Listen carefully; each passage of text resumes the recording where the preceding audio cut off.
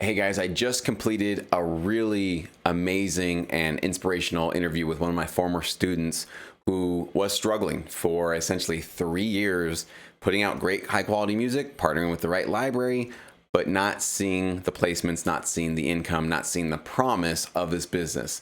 But he's letting me know that within the last month, tons of placements are coming in, reruns, re-airings. He's starting to finally see the snowball effect take place. So we did an amazing interview. The unfortunate news is that my cameras were glitching out for the entire recording. So they're really distracting and they look really just terrible. So I'm going to release the interview in audio form only. And even though that's not necessarily as engaging as having a video interview, I really just beg and implore you to listen to this interview. I guarantee if you are at the beginning of your sync licensing career, or if you're within the first couple of years of this business, or maybe you've been in this business for a long time and you need sort of a just boost of motivation, this interview will give you that boost that maybe you've been needing or looking for. So on this channel, I'm telling you guys all the time about how it's a long-term game. You have to sort of keep going, keep going, keep going. Even though if you don't see a lot of results in the beginning, you have to have faith that things will pay off in the end. And that's one thing for you to hear it from me. That's definitely been my experience in this industry, but it's, I think, way more powerful when you hear it from the lips and from the voices of the people that are in your shoes, maybe just a year or two ahead of you in this business, who have just recently gone through that, and they can tell you it's working. The process works. Sync licensing does work, but not easy, and it takes a long time to get there. So please do enjoy this interview with Peter, and I hope you find this informational, inspirational, motivational, and educational in some way. So here you go. So I am really, really thankful today that one of my students, Peter Tenari, joined me, because he had, for the last couple of years, been in a really frustrating and tough situation, which is basically the frustrating and tough situation that every single one of us has to go through. There is no shortcuts through the first couple of years of this business, where you're cranking out a lot of music, you're working with great libraries, but you're not seeing placements, and you're not seeing income, and you're not seeing all of the signs of success that usually would give you the indication that you're on the right path. So there's a lot of faith actually in the first couple of years. So Peter reached out to me recently, just gave me an update on what's been going on with him. And I was really excited to hear that he's now, after 3 years of just putting his nose to the grindstone and just cranking out music, album after album, he says he's starting to see lots and lots of placements come in, reruns, re-airings, lots of stuff coming in his way. So I love getting these emails. For all of you guys that are students of mine or former students of mine, please do email me like Peter did. I love these stories. So, but I really want to dive into your mindset, Peter, and what was going on for the last couple of years when you were not seeing all the placements yet and you weren't seeing the success. What mindset or mentality were you in that helps you just stay the course for those years? Well, I'm glad you asked that, and it's one of the reasons why I was so happy to join you today. Because maybe a year ago, seeing someone have this experience would have been really helpful for me, and I hope that this is helpful for some people on the platform as well. I've been banging into this with my forehead for about 3 years, and I've gotten a lot of industry validation. I was a member of the syndicate, had some pieces of music signed through there, working with a great library, album after album. And, I wasn't getting any placements for a while. But there were a couple of things that kept me going. And these are very important for me. The first is I had a lot of support from my wife. And when I was discouraged, it wasn't just, okay, I'll let you do this. And she was a part of it. We talked about it in the beginning. I'm going to go for this. We're going to try together. So we both made some sacrifices. And when I was feeling frustrated, she would say, come on, you're the one who told me this is going to take a long time. Just keep going. So that was very helpful. The other thing is, you said something in the beginning of a lot of your videos. You said most of the people that make it in this business are the ones that just don't give up. I thought, well, I'm going to be that guy. But what does that mean? And it's not really at any cost. You have to now balance. If you're going to be in it for the long haul, balance your personal life, your mental health, your physical health, because it's easy when you get into that mindset to not take care of yourself. And so I'm going to keep going. I want to get this album done by Thursday, next album done by Saturday, and or next song done by Saturday. And that's an easy kind of drain to swirl around. It's hard to get out of. So I was very careful to pace myself and really gauge where my sweet spot is and how much I can do, balancing my family and my other job. And, that, and also just kind of continually and often reassessing, why am I doing this? And it can't be because I want to make a lot of money. It has to be from the beginning. I love writing music, because you can go on and on, never make a dime, never be recognized, but still be a composer if you compose. And so my first love being music, and say, maybe I can move this into something where I make money. But I made sure that every day, every time I sat down in front of my studio, I was doing it because it made me feel good. It was never a grind. If it ever did feel like that, I stopped. And that's really kind of how I kept the pace. That's beautiful, man. And I want everybody to notice, did Peter talk about the fact that he had to learn all the technical knowledge to get through the 3 years, or that he had to learn a DAW trick, or he had to learn plugins? No, he talked about having a family member that supported him, right? He talked about taking care of his mental health, his physical health, basically getting his life right in order to make sure that this stuff works. I'm really glad you brought up all those issues, because this is why a few years ago I put together this new list of tutorials in Sync Academy called Sync Psych 101. And they have nothing to do with the technical details of creating, mixing, or mastering, working with libraries, royalties, none of that stuff, okay? That's the easy stuff, actually. This is all about getting your mind right, getting your mindset right, getting your physical health right, getting your mental health right, so that if you are going to go on this journey like you have decided to go on, it can be sustainable, because like everybody knows, this takes years to get to the point where you're seeing the income that you want to see. So you cannot run at this as a full-blown sprint, like you said, and just like, all right, this Saturday, next Thursday, next Wednesday, and just constantly, this is kind of this weird new obsession I'm seeing a lot, definitely on YouTube, of like just hustle. It's like all this new religion of like, if you're not working 80 hours a week, you're not doing enough. It's like, no, I don't subscribe to that. I feel like that's way overboard. It's too much. Like, there is definitely a time and place to work 80 hours a week. I think it can be fun and exciting for sure.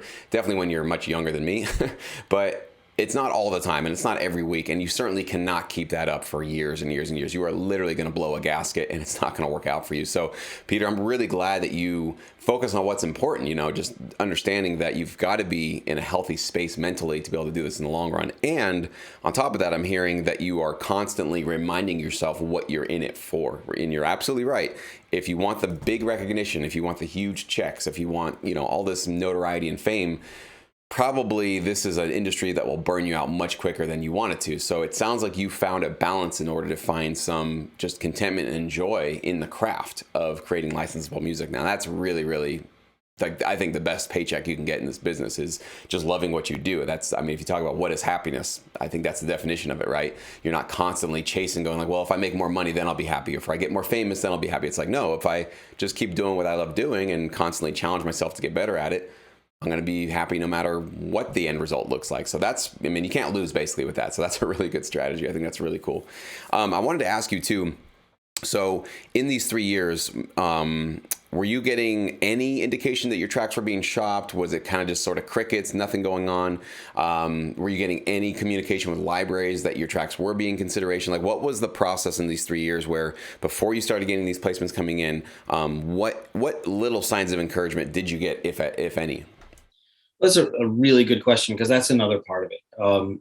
I work with a very small library, and maybe about 6 months ago, I started to think, well, this is about the time when I would be thinking about branching out to another library, not for any other reason, but to just like to follow the program that you described. Do this library for a while, that one for a while, then maybe go 60-40. But I realized that the library that I've been working with, my contact there has really earned a lot of my trust. And I really feel good about sending them music. And I'll get into why in a second. But I decided ultimately not to shop to a second library, because I feel like with the time I have available, I can properly serve one library.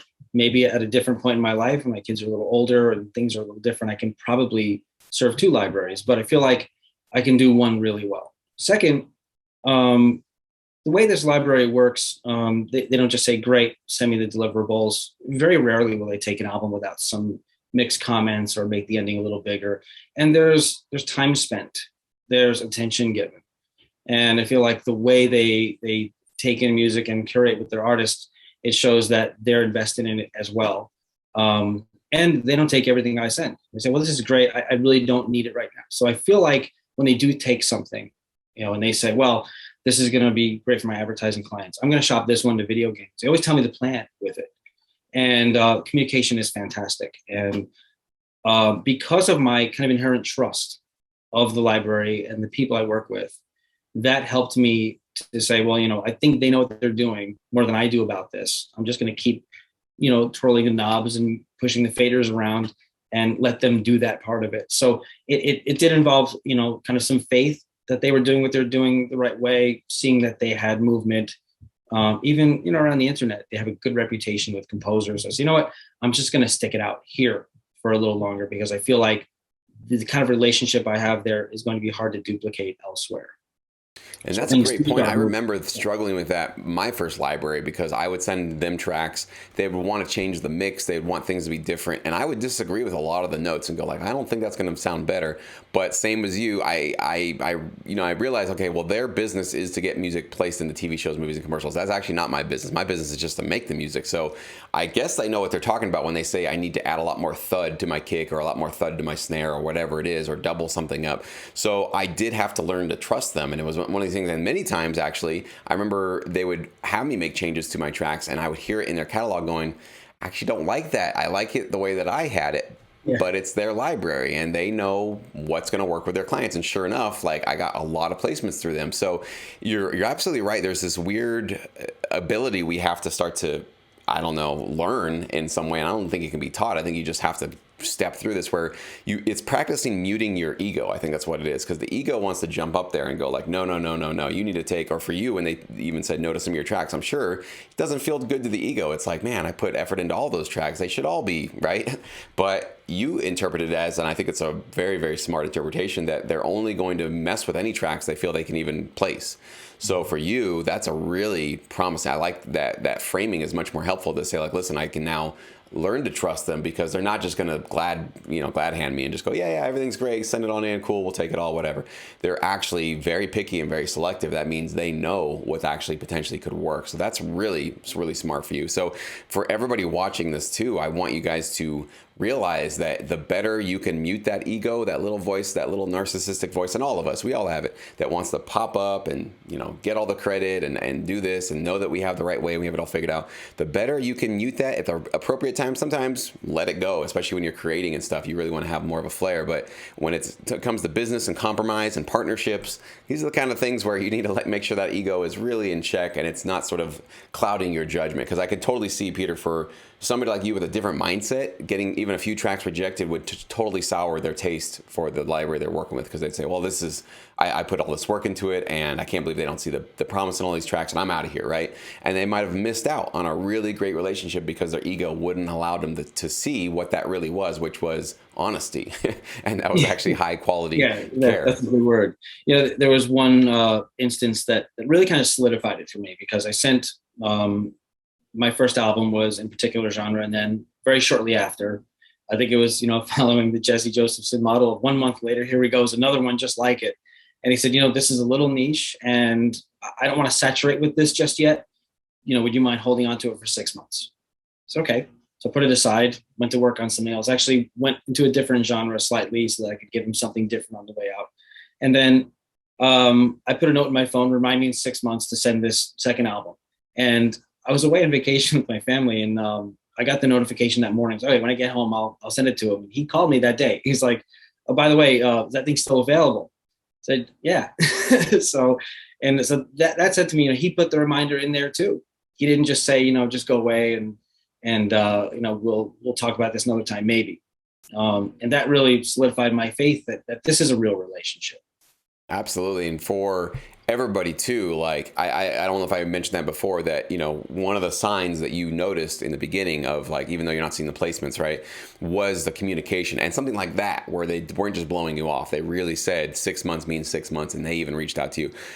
If any of you guys see this kind of honesty, direct communication, follow through that you get, that Peter's seen with his library, then you're in good hands. That's the best sign you have. Like, you really have to wait for a long time before placements come in. It does. It's just a slow business, unfortunately. So in order to determine whether or not you're with the right company, just go with your gut on that, go with your instincts and see, and try to, decide, am I working with people who care about me, who are honest with me, and who are treating me as equals, not as just another number, because that's the problem with a lot of these either stock websites or non-exclusive websites, or basically these websites where you can just sort of upload music. Anybody can just create an account and upload it.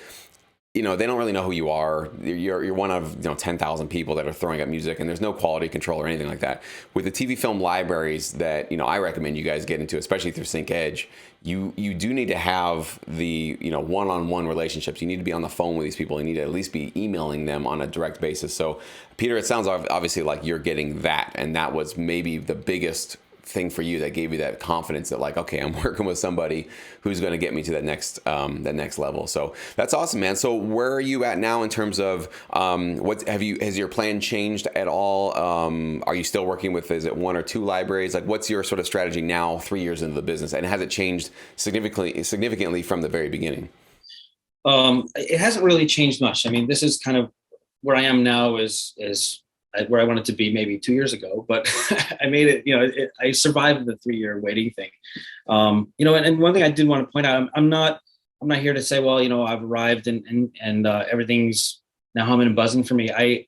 Basically all of this movement happened in the last month and a half, like all at once, things are happening. And, the message I really want to be able to communicate to everyone is that, it does come around the mountain. The method does work.